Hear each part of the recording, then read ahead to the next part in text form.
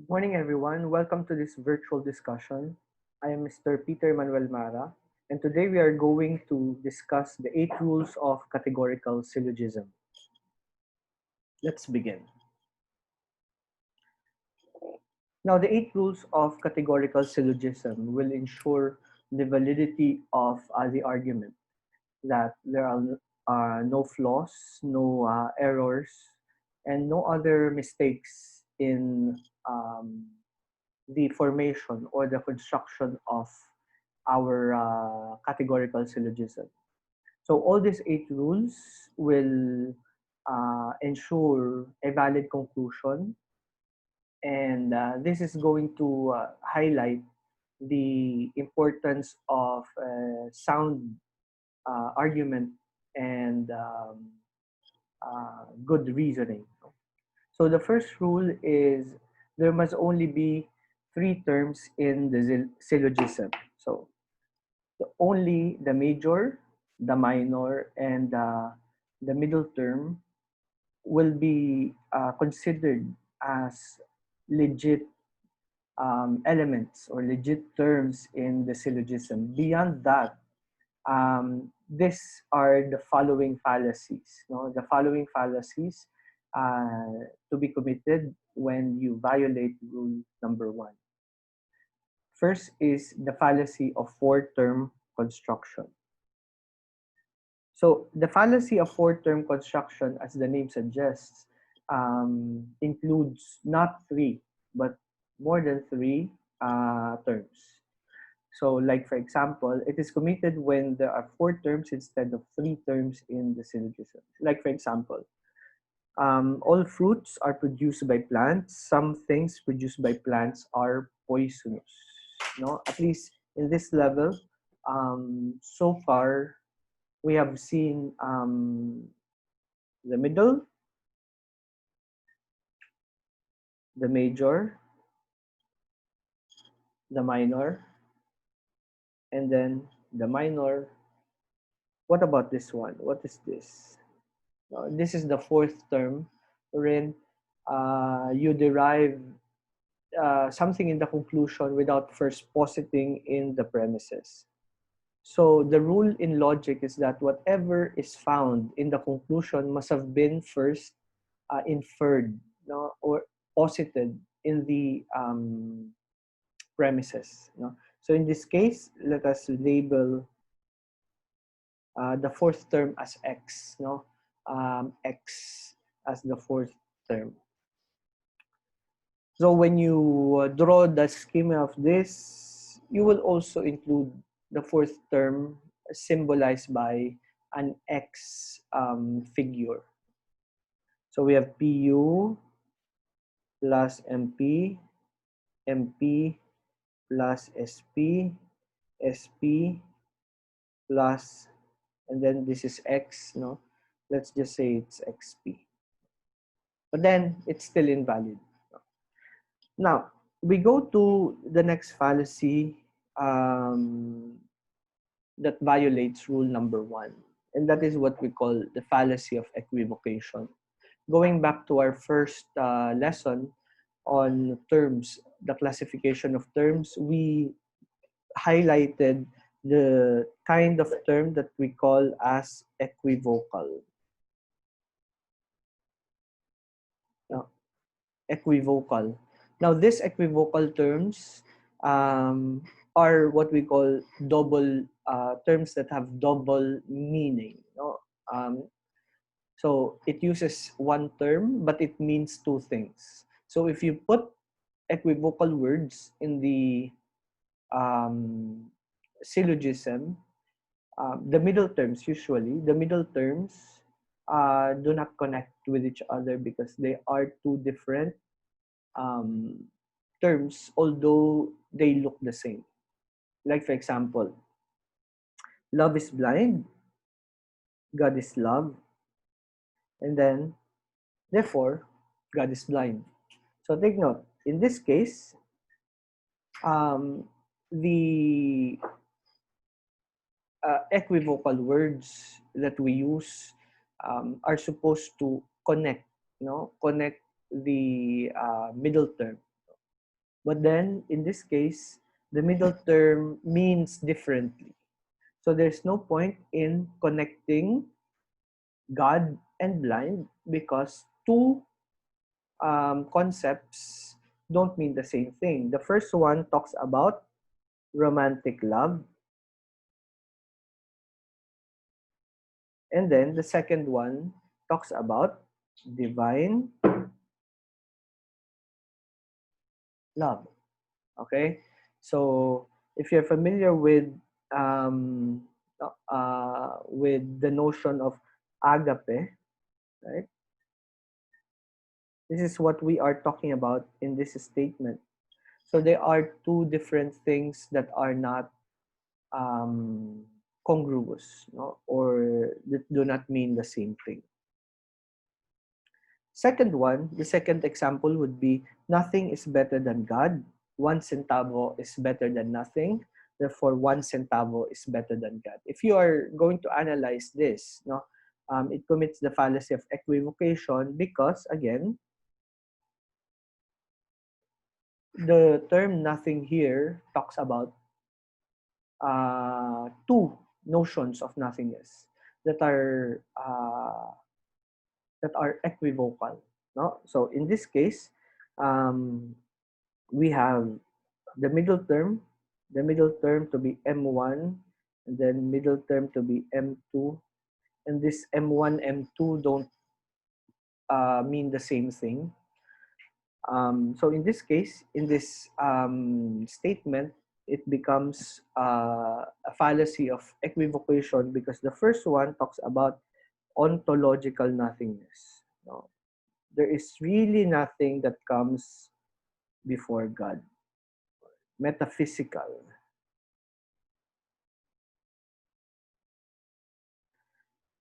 However, the second one, the second notion of nothingness, talks about being broke financially. No? So in this case, when you say, I have no money, but it doesn't really mean that you don't have money. You still have money, but your notion of nothingness, no, only talks about having no money, or at least having a little money. So the conclusion that we derive here is invalid because two terms that are supposed to connect are confused with the different meanings. Okay, the second rule. The second rule tells us no term may have a greater extension in the conclusion than in the premises. So in this statement, um, we acknowledge, as we said, the relationship between the premises and the conclusion, wherein the premises must necessarily, or the conclusion rather, the conclusion must necessarily follow the premises. So in this case, our conclusion must be deduced in a valid way, must come from a valid process in the premises. So let us read the description of this rule. This applies to the two terms in the conclusion, namely the major and the minor term. So this only applies to the major and the minor terms. If a term is used as a particular in the premise, it must remain particular in the conclusion. Otherwise, the same term would have a wider extension in the conclusion that may not be the same term used in the premises. So it only means that when you infer a particular statement in the premises, no, this must remain particular. Otherwise, when you infer, when you posit a particular um, premises, but it goes wider to universal in the conclusion, then this is what we call a violation of the second rule. Why? Because the universal is wider than what you just provided in the premises. So like for example, when you talk about some, and then you right away conclude with all, then this is a violation of the second rule. No term may have greater extension or wider extension in the conclusion than in the premises. Under deductive rules, we cannot proceed with certainty from particular to universal. No? We cannot use a particular term in the premise and then conclude universally with the same term. However, if a term is used as a universal in the premise, okay, for example, you have a universal premise, no? It may remain universal, or it could also be a universal, and then it can lessen to particular. What's the explanation here? From universal to universal, there's no need for explanation. It only goes whatever you provided as an argument to all. You can conclude it uh, within the same coverage, within the same boundaries. However, when you um, posited or when you have argued with the truth of all, no, the truth of all that is universal, it is also logical that some, no, that some is included, no, that some, like for example, when you say all teachers are professionals, can we say public school teachers are also professionals? Yes, because they are included in the particular. We have discussed this partly, or at least in a good topic, no, in a sufficient topic during our logical opposition discussion, no, the square of opposition, in particular subalternation. So under deductive rules, we can proceed with certainty from the universal to particular, for the particular is already included in the universal. If the rule is violated, then an explicit process is committed, either illicit process of the major term or illicit process of the minor term. Okay, let's have examples.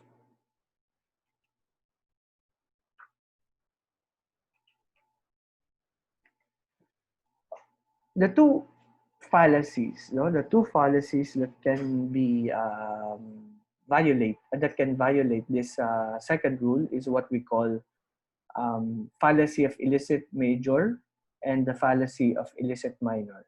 So as we said, it only concerns these two terms found in the premises and in the conclusion. No, the terms we are dealing with is what we call the major and the minor terms. So this is committed first. Let's go to the fallacy of illicit major. No? This is committed when the major term has a wider or greater extension in the conclusion than in the major premise, or when the major term is particular in the major premise and universal in the conclusion. Okay, so let us take note of the illicit process of argument or the illicit process of deducing conclusion from particular premises. And that is, if you have a particular premise and you deduce in the universal, no? Universal premise.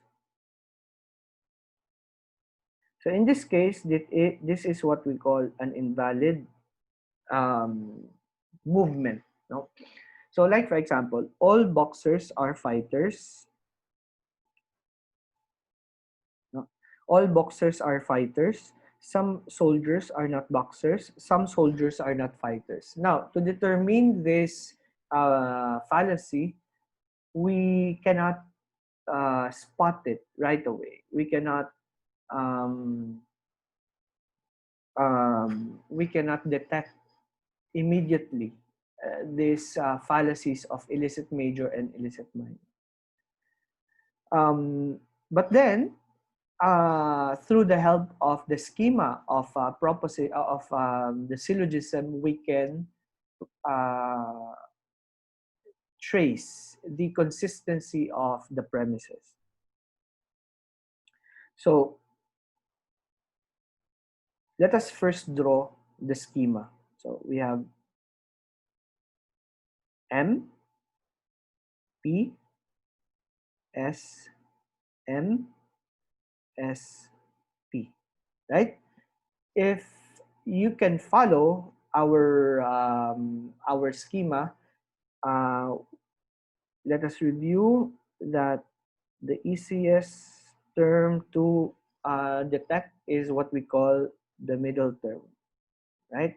And then what is left in the major term becomes in the major premise becomes our major term, and what is left in the minor term becomes minor premise becomes our minor term. So in this case, we have MPSMSP. So we classify their extension and their symbols. So we have MU plus PP, SP, minus, sorry, oops,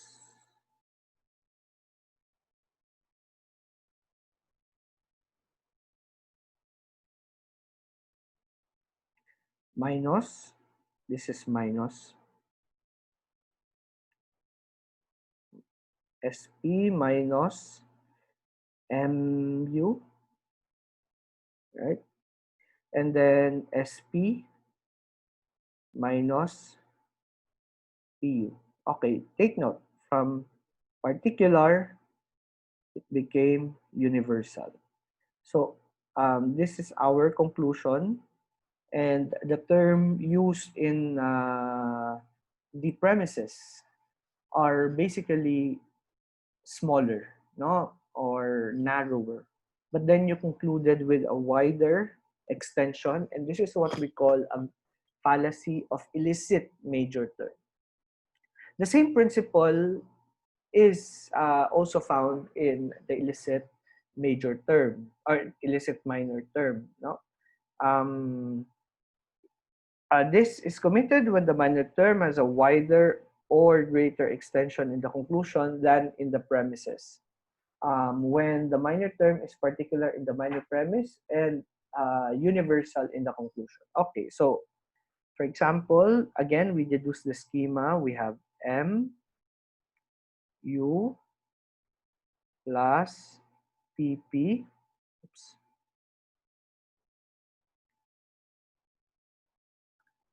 SP plus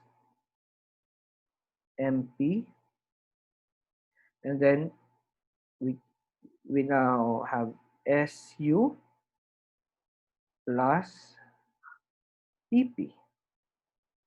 Okay, PP and then PP are now consistent. No, they are found okay. But here, look at our minor term. The minor term is wider in the conclusion than what is otherwise presented in the premises. Okay? So in this case, it commits the fallacy of illicit minor term. The third rule is what we call the fallacy, or the third rule states the middle term must not appear in the conclusion. Okay, the middle term can only be found in the two premises. So the premises we have is the middle term.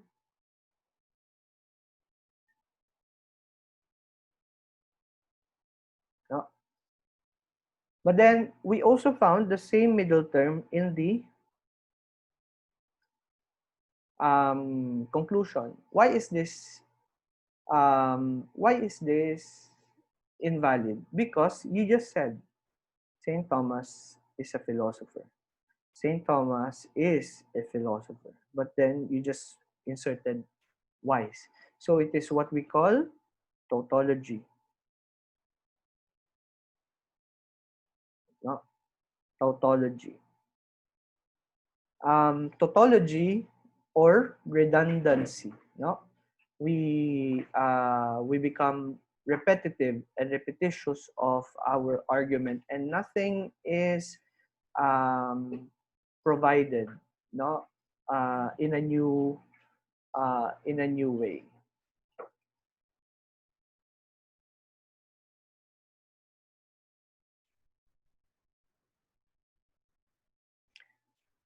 Now we go to the next rule. So the fourth rule tells us the middle term must be taken as a universal in the premises at least once. So it talks about this rule addresses the nature of the middle term, that it must be at least once universal. So the fallacy that commits or that violates this rule is what we call the fallacy of undistributed middle term. When you say undistributed, it talks about a particular extension that it does not possess a distributive property unlike a universal um, uh, term, no? A universal term distributes, no? Distributes the characteristic, or it covers all of the middle term. So how do we commit the fallacy, or how do we detect the fallacy of undistributed middle term? So it happens when the middle term is taken twice as a particular in both premises. The middle term may be both universal or once universal in the premises, but when it takes as a particular in both premise, then this fallacy is committed. So, like for example, when you say all congressmen are legislators, look at the middle term, and all senators are legislators, then can we say all senators are congressmen?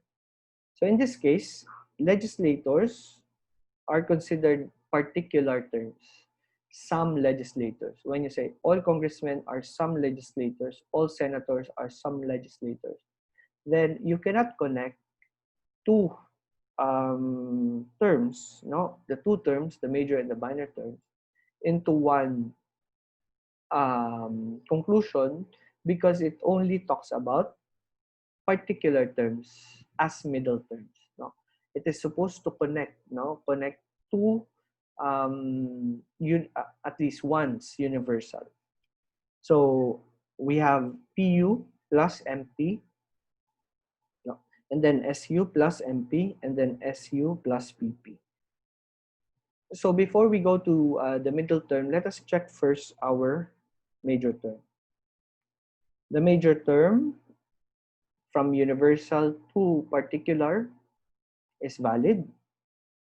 The minor term from universal to universal is valid.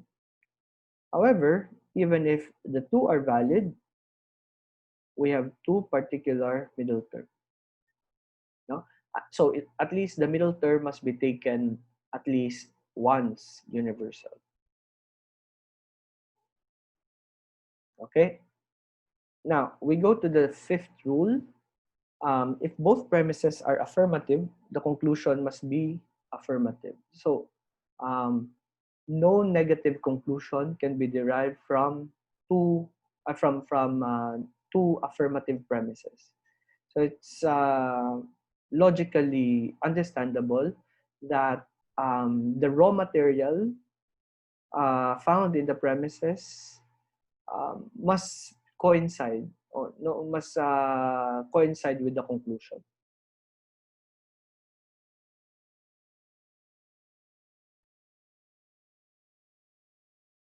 So the example, we have all bankers are businessmen, some bankers are accountants, some accountants are not businessmen. So if you have affirmative, affirmative, Oh, sorry. So we have R, and then R not. So this is affirmative, but then this is negative. In this case, this is what we call fallacy of negative conclusion. Rule 6, no conclusion can be drawn from two negative premises. No.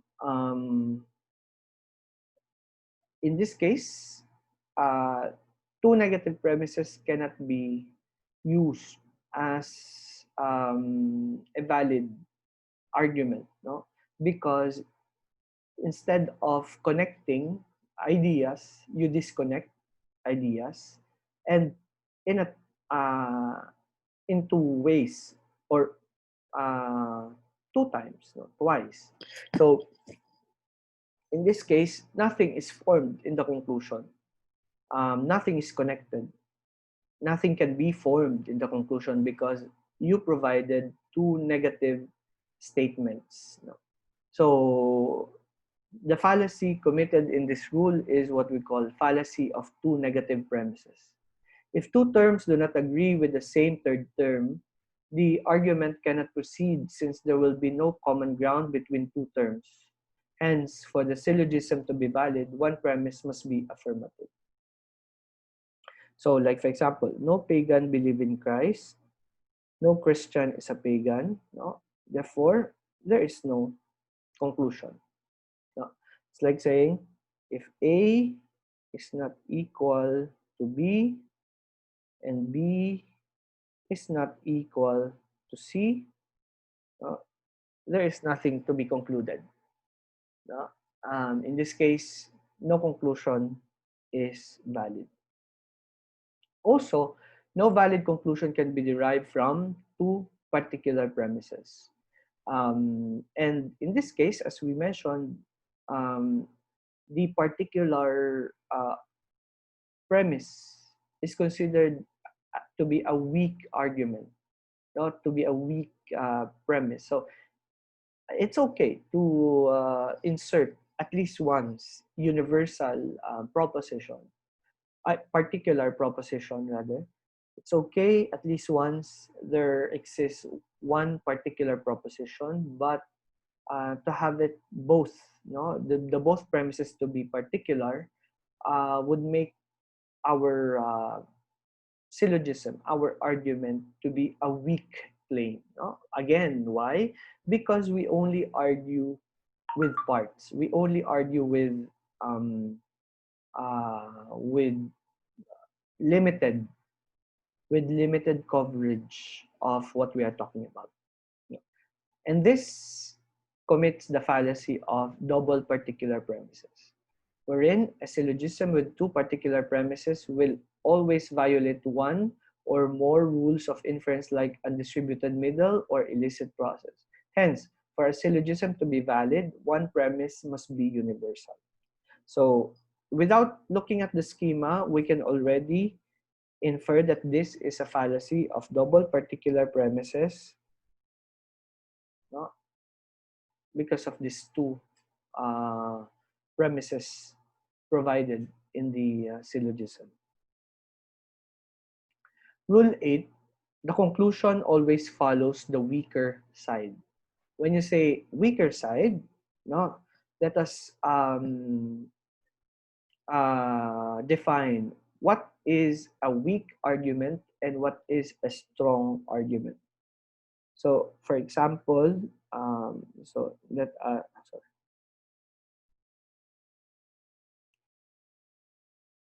so the strong and the weak arguments.